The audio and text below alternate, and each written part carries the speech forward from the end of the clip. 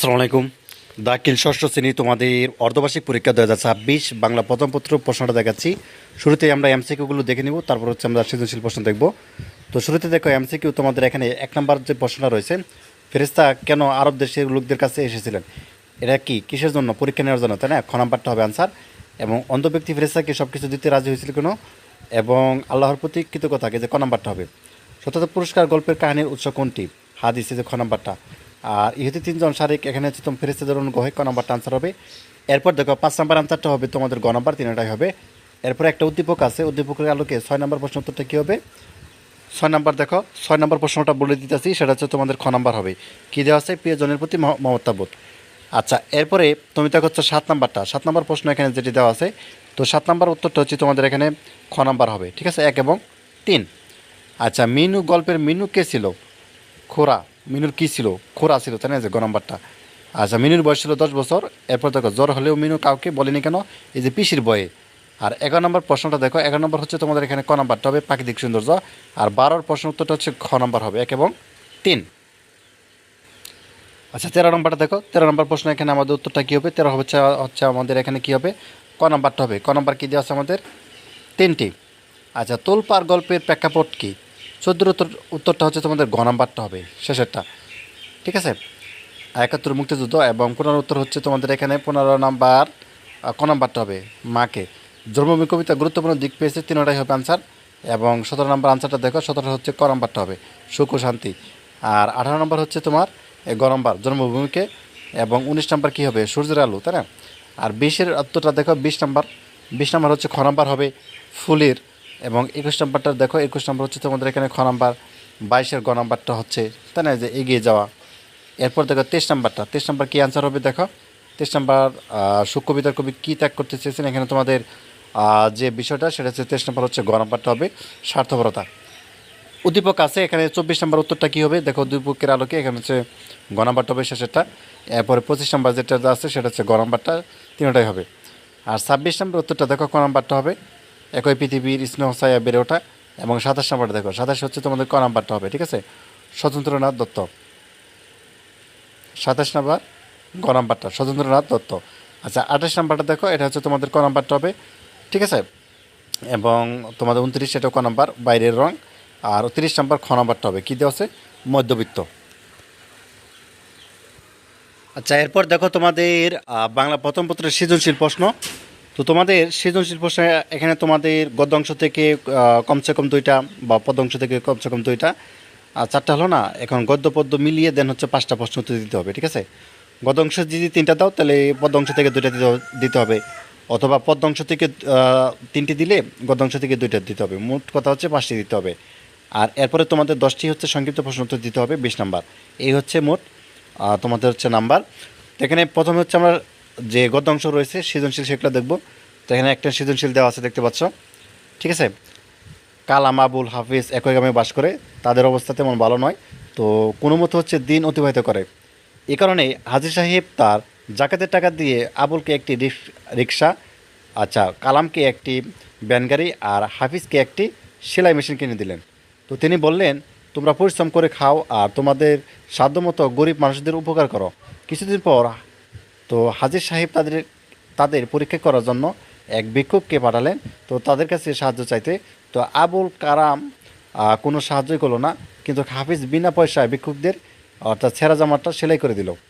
এখানে দেখো, সততা পুরস্কার গল্পে 3জন লোক কী কী সমস্যায় আক্রান্ত ছিল? এবং স্বর্গীয় দূত মানুষ ছদ্মবেশ ধারণ করেছিল কেন? কালাম ও আবুলের কাজের মধ্যে সততার গল্পে যে দিকটি প্রতিফলিত হয়েছে তা ব্যাখ্যা করো। হাফিজের কাজের মধ্যে সততার পুরস্কার গল্পের মূল শিক্ষা নিহিত, কথাটি বিশ্লেষণ করো। 2 নম্বর সৃজনশীলটা দেখো, এখানে বলছে, তো নাজমার বাবা মা নেই, চাচার কাছে বড় হয়েছে সে। বছর 2 আগে চাচার মৃত্যু হলে মফিজ চেয়ারম্যানের বাড়িতে সে আশ্রয় পায়। চেয়ারম্যানের বাড়িতে সে কাজ করে, ঝাড়ু দেয়, ঘর মোছা, ঠিক আছে, কাপড় ধোয়া, বাসন মাজা, পানি তোলা, বাচ্চারাকে ইত্যাদি কাজে সে সকাল থেকে মধ্যরাত পর্যন্ত ব্যস্ত থাকে। এত কাজের পর সে দুবেলা দুমুঠো ভাত পায়, তাতে সে খুশি। আচ্ছা, সুখ তারা কি? খ, মিনুর সব কথা শোনার প্রয়োজন না হওয়ার কারণ বুঝিয়ে লেখ। গ, উদ্দীপকের নাজমা চরিত্রের সাথে মিনু চরিত্রের সাদৃশ্য কোথায় ব্যাখ্যা করো। আর গ, উদ্দীপকের নাজমা চরিত্রটি মিনু চরিত্রের সম্পূর্ণ প্রতিচ্ছবি নয়, আংশিক প্রতিফলন মাত্র। উক্তিটি বিশ্লেষণ করো। আচ্ছা, তারপর দেখো 3 নম্বরটা এখানে আমাদেরকে বলছে যে 550 বছর পুরানো বাগেরহাটের ঐতিহাসিক 60 গম্বুজ মসজিদ এবং ভারত উপমহাদেশের প্রাচীন মসজিদ সমূহের মধ্যে এটি বৃহত্তম। এই মসজিদের মাধ্যমে হজরত খান জাহান আলী ইতিহাসে তৈরি করে গেছেন। তুর্কি স্থাপত্য রীতিতে নির্মিত মসজিদটির উপকরণ ছিল পাথরি, চুনা, সুরকি ও মধু। তৎকালীন আরাকান রাজা নর অর্থাৎ মিকলার সহযোগিতা ও অর্থানুকূল এ মসজিদে নির্মিত হয়। মসজিদের কারুকার্য ও স্থাপত্যশৈলী অতুলনীয়। দেশ বিদেশ থেকে অনেক পর্যটক আসেন এবং মসজিদটি দেখতে। মিশরের কয়টি পিরামিডের ভুবন বিখ্যাত? লেখকের পান কাঁদছিল কেন? উদ্দীপকটি নীলনদ আর পিরামিডের দেশ রচনার কোন দিকটি স্পর্শ করেছে ব্যাখ্যা করো।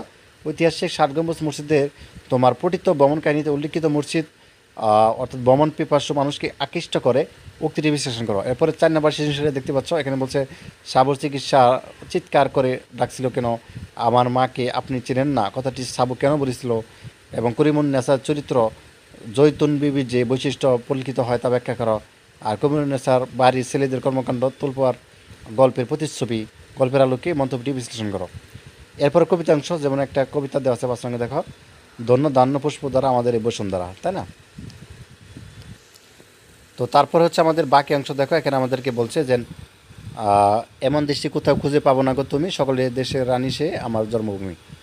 কোন কাব্যগ্রন্থ থেকে কাব্যগ্রন্থের জন্য রবীন্দ্রনাথ ঠাকুর নোবেল পুরস্কার লাভ করেন? গীতাঞ্জলি, তাই না? আর সার্থক জন্ম আমরা কবির এই উক্তিটি কারণ বুঝিয়ে লেখো। উদ্দীপকের জন্মভূমি কবিতার সাদৃশ্যপূর্ণ দিকটি ব্যাখ্যা করো। উদ্দীপকের জন্মভূমি কবিতার জন্মভূমি রানী সম্বোধন করা যৌক্তিকতা বিশ্লেষণ করো। 6 নম্বরটা দেখো, সবুজের অর্থাৎ ঢেউ খেলানো বাংলার প্রকৃতি যেদিকেই তাকায় শুধু সবুজের মেলা। বড় বড় সবুজ গাছ বুক উজাড় করে ছায়া দেয় গ্রামের মানুষগুলোকে। দিগন্ত জোড়া মাঠের দিকে তাকালে মনে হয় অর্থাৎ বিশালতায় সবুজ গালিচা, তার বুকে ধানের সোনালি জেলে। দূরের পাহাড় বুকে রয়েছে অসংখ্য নাম অনজানা গাছ, ঠিক আছে, তাদের রং সবুজ। গ্রামের পাশ দিয়ে একেবারে যে নদীটি দিগন্ত হারিয়ে গেছে তার কুল ঘেঁষে রয়েছে অর্থাৎ আদর মাখা সবুজ গোল, ঠিক আছে। যাই হোক, এখানে কবির চোখ কী দেখে জোরালো? জানি না তোর ধন রত্ন আছে কি না রানীর মতন, ব্যাখ্যা করো। 7 নম্বর সৃজনশীলে দেখতে পাচ্ছ, এখানে কামিনী রায় কত খ্রিস্টাব্দ জন্মগ্রহণ করেন? সকলের তরে সকলে আমরা প্রত্যেকে মোরা পরে তরে বুঝিয়ে লেখো। উদ্দীপকের সুখ কবিতার কোন বিষয়টি প্রকাশ পেয়েছে ব্যাখ্যা করো, ঠিক আছে। এরপরে 8 নম্বরটা সৃজনশীল দেখতে পাচ্ছ। এরপর হচ্ছে আমাদের সংক্ষিপ্ত প্রশ্ন, যেখানে হচ্ছে 10টা উত্তর করতে পারলে কিন্তু 20 নম্বর। টাকওয়ালা লোকটির টাক ভালো হলো কীভাবে? ছোটো করে লিখবা, ঠিক আছে। এবং তোমার জিনিস তোমারই থাক কথাটি বুঝে লেখো। শুকতারাদের নিয়ে মিনুর বিশ্বাস কি? আচ্ছা, উনুনকে মিনু রাক্ষসী বলেছে কেন? প্রাচীন মিশরিয়া পিরামিড তৈরি করেছিল কেন? এবং তারপর দেখো, তৃষ্ণা মেটাতে বেদুনরা কী করে? সবাই শহর ছেড়ে পালাচ্ছিল কেন? এবং সাবর বুকে তুলপার শুরু হওয়ার কারণ কি? কবির জন্ম কীভাবে সার্থক হয়েছে? কবির মন আকুল হয়ে উঠে কেন? কবি পরের কারণে স্বার্থ বলি দিতে বলেছেন কেন? সকলের তরে সকলে আমরা চরণটি দ্বারা কী বোঝানো হয়েছে? কালো আর ধলো বাহিরে কেবল ভিতরে সবারই সমান রাঙা কথাটি দ্বারা কী বোঝানো হয়েছে? কবি মানুষের বংশের মধ্যে কোনো পার্থক্য দেখেন না কেন? মরা অর্থাৎ বাঁচানের দেশ কেন মুশগুল হয়ে ওঠে? তো এই ছিল তোমাদের হচ্ছে প্রশ্নগুলো। তো ধন্যবাদ সবাইকে ভিডিওটি দেখার জন্য। আল্লাহ হাফেজ।